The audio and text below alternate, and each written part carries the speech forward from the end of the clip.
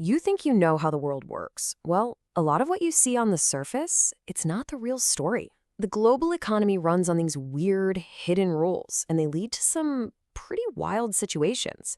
So today, we're going to unravel 3 economic mysteries that might just change how you see everything.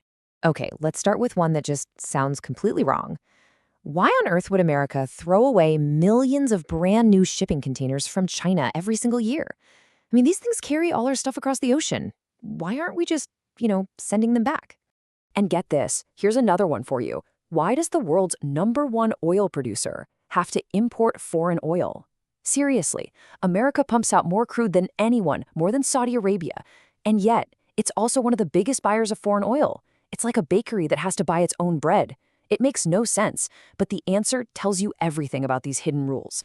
All right, let's crack open that first mystery, the case of the disposable containers. We're diving right into the heart of global trade. You gotta picture it. These giant ships, the lifeblood of our economy. Right now, there's something like 40 million of these steel boxes floating on the ocean. But the weird part isn't the journey. It's what happens when they get where they're going. So the whole reason this happens comes down to a massive, massive imbalance. This system is just completely lopsided. Look at these numbers from 2023. China's trade surplus was, wait for it, $823 billion. Now, to give you some perspective, the entire European Union surplus, just $41 billion. So you've got this absolute tsunami of goods flowing out of China, but only a trickle coming back in. Okay, so you've got all these empty containers piling up in US ports. The logical thing to do is ship them back, right? Well, no. This is where the economics get just plain weird. It costs around $3,000 to ship one empty container all the way back to China. But for a Chinese factory to just build a brand new one, that's only about $2,000. You heard that right. It is literally cheaper to build a new box than to send the old one home. So they just leave them there. But these containers don't just go to a landfill, which is kind of cool. They actually get a whole second life. A lot of them are sold off as super cheap storage units. You see people get really creative, turning them into homes and offices. And for the rest, well, they're melted down for scrap steel, because each one has about 2 tons of the stuff inside. They become these weird, accidental monuments to how unbalanced our global economy really is. Okay, so if you thought that was strange, wait till you hear this next one. It's even more of a head-scratcher. We're moving from steel boxes to black gold. America's oil paradox. The U.S. is the biggest oil producer on the planet, and at the same time, the second biggest importer. How is that even possible? Well, this isn't some random quirk. It comes down to 3 very specific and kind of hidden reasons. So, reason number 1, it's a chemistry mismatch. Yep, that's right. You might think oil is just oil, but it turns out not all crude is created equal. See, the oil the U.S. pumps out of the ground is mostly what's called light crude. It's actually higher quality and easier to refine. So what's the problem? Well, most of America's refineries are old. They were built decades ago, designed to process heavy crude, the kind they used to get from places like Mexico and Venezuela. To actually upgrade all those refineries to handle their own light oil, you're talking over 200 times billion dollars. So it's actually cheaper for them to sell their own good stuff to other countries and just import the heavy gunk their old machines are designed for. Wild, right? But okay, let's say the chemistry wasn't an issue. Even if it matched perfectly, you'd still hit another giant wall. And this one is about logistics. It's a dead end. America has the oil, for sure, but it's in all the wrong places, with no easy way to move it around. Just look at the map. Most of the oil production is happening down in Texas. But where do you think most of the people who use that oil live? The East Coast. And here's the crazy part. There are no major pipelines that connect them. It's disconnected. In California, it's even worse off. People call it an oil island because it's so cut off, it has to import 70% of its oil from other countries. From its own country, it's just too hard to get it there. So you've got bad chemistry and impossible logistics.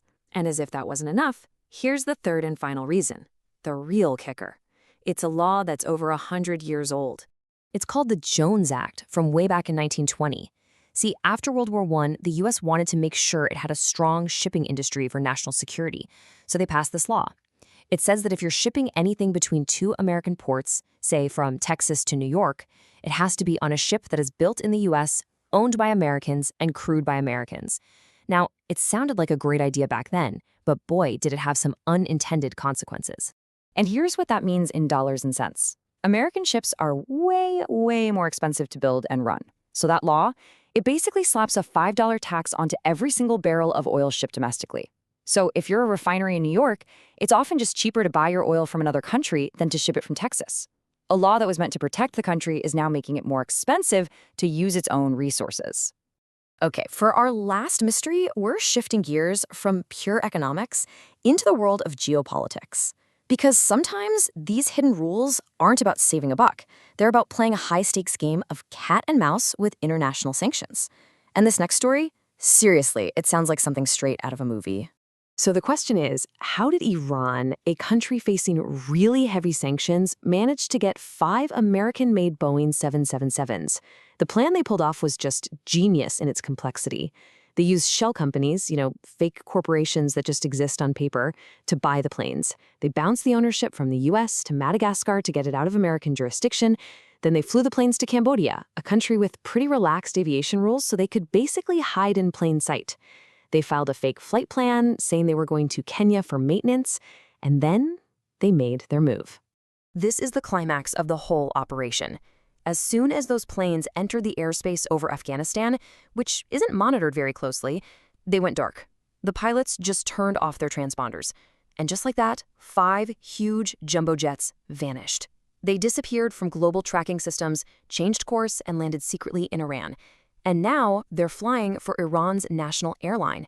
So can't we just stop them? Well, this is the final twist. Shockingly, there's not much anyone can do. There's an international law called the Chicago Convention that actually protects these planes now. It says that unless 2 countries are officially at war, you can't stop a civilian aircraft from flying through your airspace or even from landing. So Iran didn't just find a loophole in sanctions, they found one in international law itself. Okay, disposable containers. An oil giant that has to import oil, and smuggled ghost planes. These 3 stories seem totally disconnected, right? But they're not. They are all connected by one single powerful idea. Here's the thing. What we've been looking at, these aren't glitches in the system. They're features. This is the system working exactly as it was designed. These weird, bizarre situations are the natural result of a world running on trade imbalances, ancient laws, and clever political loopholes. These are the hidden rules that show us how the world really works. And that's what's so fascinating. It really makes you wonder, right? If these kinds of invisible rules are deciding the fate of shipping containers, oil tankers, and jumbo jets, what other hidden rules are out there quietly shaping our world every single day right under our noses?